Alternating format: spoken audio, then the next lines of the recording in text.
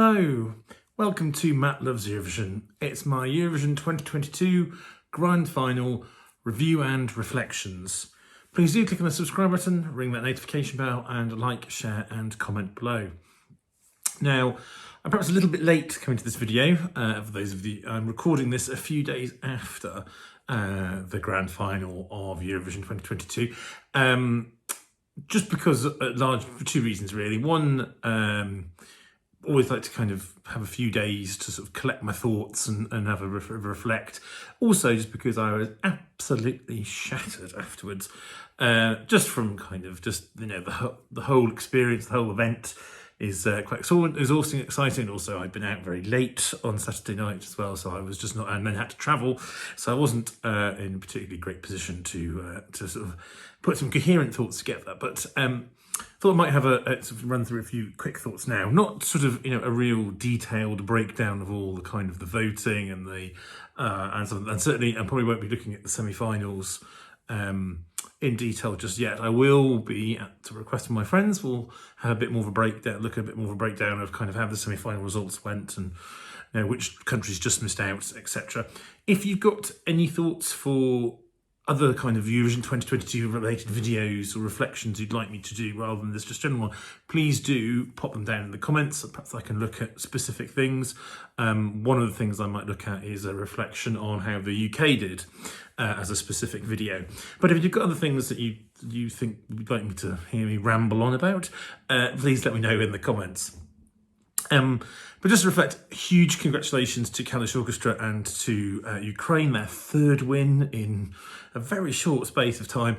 Yes, it was the bookies' favourite by a long way, and that proved out to be true, but I still think it was an incredibly emotional victory. And I don't think, while we knew that they were going to get an extremely big televote, or we assumed they would get a huge, I don't think anyone quite expected just how massive that televote was going to be.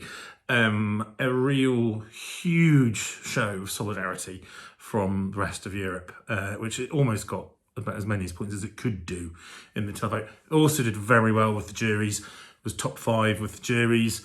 It was in my personal top 5 as well, so I'm delighted to see it. I think it's a great thing. And if you have a chance to look at the official video, which was released the day or a day or two after they had won, they didn't want to release it beforehand because they felt it might, it might prejudice kind of people to voting for them even more. And they didn't want to be seen to be doing that. But if you have a watch of that, it's extremely powerful because it was filmed in Irpin, Bucha, and Hostomel. It's really quite moving. It's each time I watch it, it sort of brings me to tears. So yes, Ukraine gets their third win, but some really notable other sort of performances. I think, and I mean, I think the whole show was really high quality set of songs and staging generally, despite all of the issues that we know that have existed with staging. I don't think the average viewer would have necessarily been that aware of that unless they were obviously told. Obviously, from a UK perspective, we had quite a night. We knew we had some amazing person in Sam Ryder. The indications were there that it was coming together. His amazing voice, engaging, modern, very British-sounding song, but with sort of, lots of influence, with influences from great British music artists like Elton John and Freddie Mercury. The staging was looking great as well. It has a moment. So a lot of those elements were coming together, and we felt, yes, there's a lot of progress been made. Is this an opportunity to get into that left-hand side of the board, top 10, etc.? We were riding very high in the bookies, which is great, but I think UK often gets slightly overmarked in the bookies. In the end, it was proved true.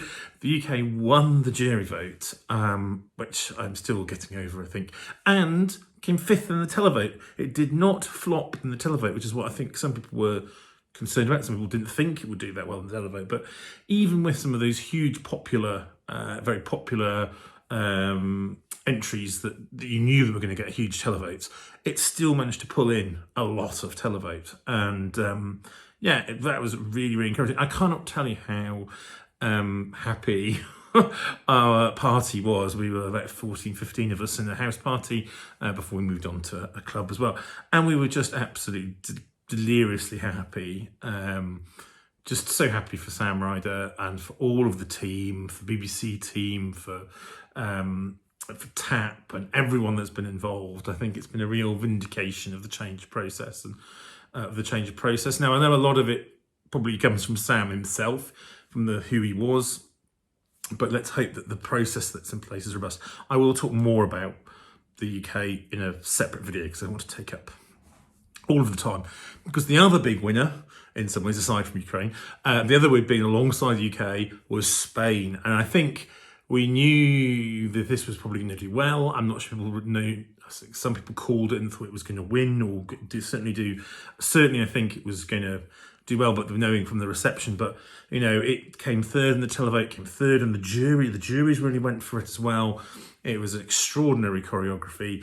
And, you know, UK and Spain, two countries, the two big five countries, two of the three big five countries have really struggled and have kind of underperformed for quite a number of years, coming good and finishing second and third, going from having last year been, well, UK obviously got its double nil point last year, but Spain also got no points in the televote and only a handful of votes in the jury vote. So for those two who've turned it around so successfully is really quite something. And let's hope it's not the end for the two of them and that they carry on. And just a note on one of the other big five countries, Italy was a pre-contest favourite, fell away a little bit in some of the expectations, and I think the grand final performance was a bit subpar for them from their normal high standards from Mahmoud and Blanco, but it still did well and very respectable sixth. Again, Italy continue, and from a host entry, that is a really good result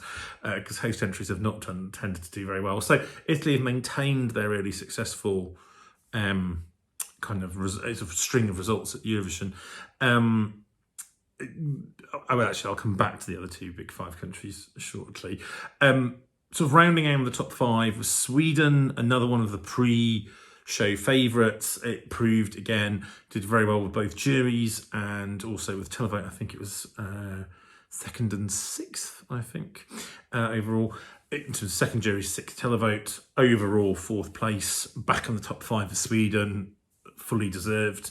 And the rounding off the top five was Serbia, which really came from, not as I say nowhere, but I think, you know, it was one of those ones that takes off after the semi-finals. And again, Constructor was rewarded with an enormous public televote, propelling Serbia up into fifth. So that's their best result in quite a number of years. In terms of the other members of the top 10, I think Greece, which came in eighth, we expected that to do well. Obviously did better with the juries. I was delighted to see Portugal do so well with the juries. And I think, you know, Dario Freire said this recently on Twitter, he would like to see the removal of the pre-recorded live backing vocals. And I think the juries obviously marked Portugal really high, and obviously they had all of their singers on stage rather than pre-recorded. And so maybe that's an indication we could perhaps head that way. I would be very happy with that, as I've never been particularly convinced about the pre-recorded backing vocals. And then you had the two kind of big sort of frivolous entries, the big fun entries, which were Norway and Moldova. Now, of course, Norway, people have known about Wolfa for quite some time, thought, oh, that's going to get a huge televote. In the end, it got a good televote, but less than the UK or Sweden or Spain, and less than what turned out to be one of the biggest televotes of all, which is Moldova, and giving them a seventh place, which is one of their best results. And I think this is where I made the point. I made this point all the way back when I was doing my video about Norway, was that it felt quite calculated and constructed, whereas Moldova, although I put it low in my top 40 because they changed the Eurovision version, but actually then when it got to the stage, it kind of got back to that fun version. Is that the sort of fun, that's the fun song that just catches on something, and it's not been kind of, it's just fun because it is, rather than that kind of constructed, sort of calculated sort of virality that, the Norway went with. But I did still enjoy Norway as it is. Other results, we have the Netherlands and Poland, two other big strong entries, finished in 11th and 12th. Perhaps they would be a bit disappointed with that, but given the strength of the field, that's not doing too badly. Estonia did well, came with 13th, really popped on, great ending, and I'm delighted Lithuania did as well. She did Monaco, came 14th, which is a really good result. People were saying it wasn't going to qualify, but it came through and almost ended up on the left-hand side of the board, and it got a really decent televote as well. So we had a null pointer sadly in the televote. That was Switzerland. Sam Ryder went over to comfort Marius Baer, but it did seem to be that the sad boy ballads did suffer in the televote. Australia, Azerbaijan, Switzerland, all kind of got very few public votes, whereas they obviously did better in the jury. Whereas the sad girl ones, which was sort of Greece and Netherlands, did better. Other things there, one of my biggest disappointment, not because of how they performed, but because of what they got given by the jury in televote, was Czech Republic, Quia Domi, Lights Off. I thought they absolutely did a great sort of opening act. I thought they looked like they're having the best fun, and great stage show. I'm just a bit disappointed they didn't get many televotes. But it's one of those things that I haven't examined in detail kind of how the votes broke down. Maybe it was one of those that, people liked it, but there was just something else that they liked a bit more. And it is difficult coming first, I think. And although I think that it's probably one of the best performances of an EDM, I think people are used to hearing very auto-tuned and particular in studio sound vocals on EDM tracks. So maybe they just don't like the translation to a live vocal. Don't know. And then finally, I'd just like to end with, we had another nil pointer, which was in the jury one, but they did get some televotes, and that was also who came last. And it's also a big five country, and it is Germany once again. So at least they didn't get no points in the televote, because that would have been 3 Eurovisions in a row, although they have now got 3 Eurovisions in a row of getting no points in one of the elements, and they finished last again. So Germany finished last quite a few times as well, and I think Germany, I feel like, are in not a dissimilar position to the UK was or has been, in that they tend to put in some really kind of it's not bad entries, it's just not very engaging entries. Malik, great voice, lovely guy. But Rockstars, I think, clearly it's nothing new. It's nothing new or special. Hasn't been heard before or done, amazingly differently. And it just doesn't catch fire at Eurovision. And so Germany, I think, and I know there was something around their national final that they didn't pick what was a very popular song, did not go into the national final in the first place. So some things to reflect on for Germany as well. And I know I had one of my friends comment on my Facebook about, what's wrong with Germany? Does no one like Germany? And so you could almost say the same about the UK. It is not the case that people dislike Germany, dislike the UK. It's just they're not going for the songs. The songs just aren't engaging enough, or getting people to vote for them. And another big disappointment was France, going from second all the way down to the second from last. I really like that song. I suspect that I think that live performance, when we watched it, and I know a lot of my friends probably weren't. I suppose perhaps they weren't so keen. I think it was a bit of a hot mess in the end, and looked quite messy. Even though I really love that song, I think I can see why. Maybe that's why juries and televote did not react very well. But it's a bit of a shame for France to kind of go from, they've been doing so well, to go back down into the bottom two. And so, of course, the bottom two are made up by big five countries again. But let's see, France have been doing really well over last year, so I'm not worried. And I thought they did. I don't think they're too disheartened, because I think it was great to bring Breton to the contest. Have a sort of a minority language coming there, and I really enjoyed it anyway. I think I've broken down quite a lot of the results. Sorry if I didn't mention your country. There's too many to go through in some ways. I had an absolute blast on Eurovision. We went partying, and it was like we'd won in many ways for with that result, because it's obviously the best result for the UK in such a long time. I remember my friends and I were just sort of pinching each other to say, has this happened, and hugging each other, and had a fantastic time. And I was waving my UK and Ukrainian flag in the club in celebration, both for Ukraine winning and for the UK coming second. And so what I really, really hope, and I know this is saying this from a very UK perspective, is that I really hope that this is not our Michael Schulte moment where Germany did very well and came fourth. In fact, they were in 2010 as well. But it's not that moment of immediate peak and then drop right back down again.